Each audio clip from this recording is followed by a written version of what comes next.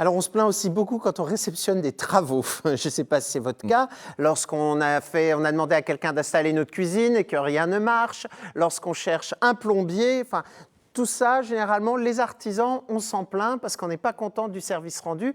Heureusement, tout ça est terminé maintenant grâce au site internet Plus que Pro, un site internet alsacien, c'est ça, Grégory? Exactement. Comment vous est venue l'idée de créer ce site? Alors, je vais montrer un peu le site en images. Pendant ce temps, vous pouvez nous expliquer comment l'idée vous est venue? Plusieurs choses. C'est déjà une rencontre, celle de mon associé, Sacha Gup. C'est après un parcours d'entrepreneur et un parcours de vie. Je pense qu'en tant qu'entrepreneur, on a tous été victimes des consommateurs sceptiques à juste titre. Donc aujourd'hui, un consommateur est exposé à peu près à 480 messages publicitaires par jour. Donc quand on est professionnel, c'est très difficile, de démontrer son savoir-faire, même quand on en a un. Et quand on est consommateur, de l'autre côté, c'est tout aussi compliqué de choisir la bonne entreprise et de ne pas se tromper, de ne pas justement être victime des promesses de l'entreprise. Parce qu'au départ, acheter est un plaisir, mais ça peut vite se transformer en cauchemar. Et même si on est sur le mois où il ne faut pas se plaindre, c'est compliqué de ne pas se plaindre quand on a un problème. Alors, lorsqu'on va sur le site, est-ce que c'est un site comme les sites où on donne des notes ou c'est un site qui sélectionne des artisans qui sont fiables? Comment ça se passe? Or les deux, une première sélection de Plus que Pro est faite, puisque n'est pas Plus que Pro qui veut. On sélectionne des entreprises qui ont au minimum 3 ans d'antériorité, qui ont au minimum 200 000 euros de chiffre d'affaires, qui ont une solvabilité financière et qui sont à jour sur leur contrat d'assurance. Et après, ce sont les consommateurs qui vont noter en toute objectivité le travail qui a été fait par le professionnel. Donc bien évidemment, quand un professionnel a beaucoup de notes et de nombreux commentaires, on peut choisir sans difficulté. Ça veut dire que vous contrôlez à la fois le professionnel, mais aussi la vie. Il ne faut pas que ce soit un concurrent qui vienne, par exemple, dénigrer l'artisan ou quelqu'un qui n'a pas payé sa facture et qui ne veut pas la payer et qui, du coup, donne de fausses informations. Exactement. C'est l'une des raisons pour lesquelles on a gagné le trophée de l'innovation, parce qu'on est l'unique concept en Europe à avoir fait certifier ISO, le process de recueil d'avis. Donc il n'y a pas de faux avis, on les contrôle et on s'assure qu'un professionnel n'utilise pas sa famille ou ses amis pour effectivement prôner une image qui n'est pas en cohérence avec ce qu'il sait faire. Et on fait attention aussi à un consommateur ou à un concurrent qui voudrait faire du mal à un professionnel qui ne le mérite pas. Du coup, ce n'est pas du tout comme les sites internet où il y a les restaurants et on peut se déchaîner dessus si on n'a pas aimé l'entrée ou le dessert. Sur le site plusquepro.fr, est-ce que vous relancez les clients derrière pour qu'ils donnent un avis positif ou est-ce que les artisans incitent les clients à donner leur avis après? On revient sur le sujet de tout à l'heure. C'est vrai qu'en France, on est des râleurs. Donc si on ne fait rien, les avis sont essentiellement des avis de contestation. Donc pour toutes les entreprises qui ne souhaitent pas rentrer délibérément et volontairement dans une démarche de satisfaction client, elles risquent effectivement de se retrouver avec pour seul commentaire des commentaires de clients mécontents.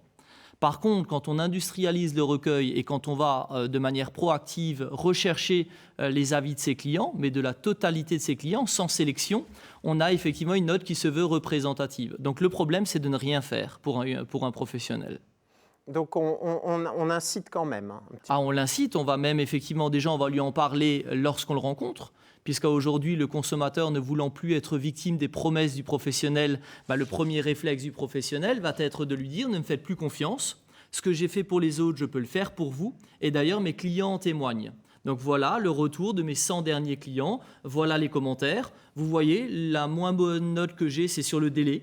Donc effectivement, je suis peut-être un peu plus long que la moyenne. Par contre, la meilleure note que j'ai, c'est sur la satisfaction globale ou sur les finitions. Donc vous pouvez choisir en parfaite connaissance de cause. Le délai, ça reste quand même la problématique, je dirais, majeure des chantiers, parce qu'on a tous connu ça.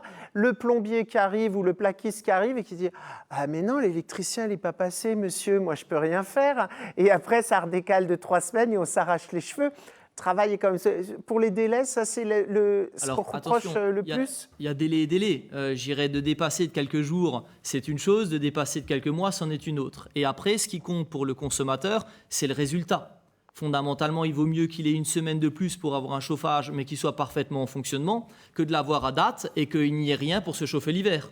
Donc le problème, c'est bien l'usage du produit et la fonctionnalité du produit. Est-ce que vous avez des retours par rapport aux artisans et par rapport au site internet? Est-ce que ça a fait évoluer leur chiffre d'affaires? Est-ce que c'est un outil supplémentaire pour eux utile dans leur développement? Aujourd'hui, 9 consommateurs sur 10 consultent des avis avant d'acheter.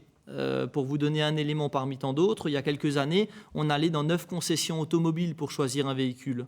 Aujourd'hui, on va dans une seule concession automobile pour choisir ce même véhicule. Donc concrètement, le parcours initiatique du consommateur, son parcours d'achat, se fait sur le web. Donc pour un entrepreneur d'être bien visible et de démontrer son savoir-faire par le retour d'expérience de ses clients, développe de manière considérable son chiffre d'affaires. Nous, on génère à peu près un demi-milliard d'euros de chiffre d'affaires chaque année pour l'ensemble de nos entreprises, qui vont de l'assureur à l'expert comptable et de l'expert comptable aux professions du justement, bâtiment. on a les thématiques là. Il y a beaucoup sur le bâtiment, maçonnerie, plomberie, genre de choses. Et après, il y a aussi les services, les gardes d'enfants, on peut noter. Et plus original, les pompes funèbres aussi. J'ai trouvé ça sur votre site internet. C'est plus compliqué. De la naissance à la mort. Alors évidemment, pour celui qui est parti, il se soucie moins de ce sujet, mais pour ceux qui restent, ils ont déjà la peine effectivement de la perte de la personne qui leur était chère. Si en plus ils se retrouvent victimes d'une escroquerie par une pompe funèbre, je pense que là c'est double peine. Et après, nous, on s'est situé sur tous les achats anxiogènes, tous les achats engageants. Donc, bien sûr, les professionnels du bâtiment, mais aussi un expert comptable, par exemple. De ne pas avoir le bon expert comptable quand on développe son entreprise peut être très dangereux. Ou le concessionnaire automobile, de ne pas pouvoir acheter effectivement son véhicule dans de bonnes conditions ou d'avoir effectivement été victime de cosmétiques sur le compteur. Ça peut être dangereux quand on est consommateur. Voilà, en tous les cas, on vous invite à aller sur ce site alsacien, plusquepro.fr. Vous verrez, il y a beaucoup de sites alsaciens. Puis ça commence à se développer aussi dans le reste de la France, donc vous trouverez aussi d'autres départements.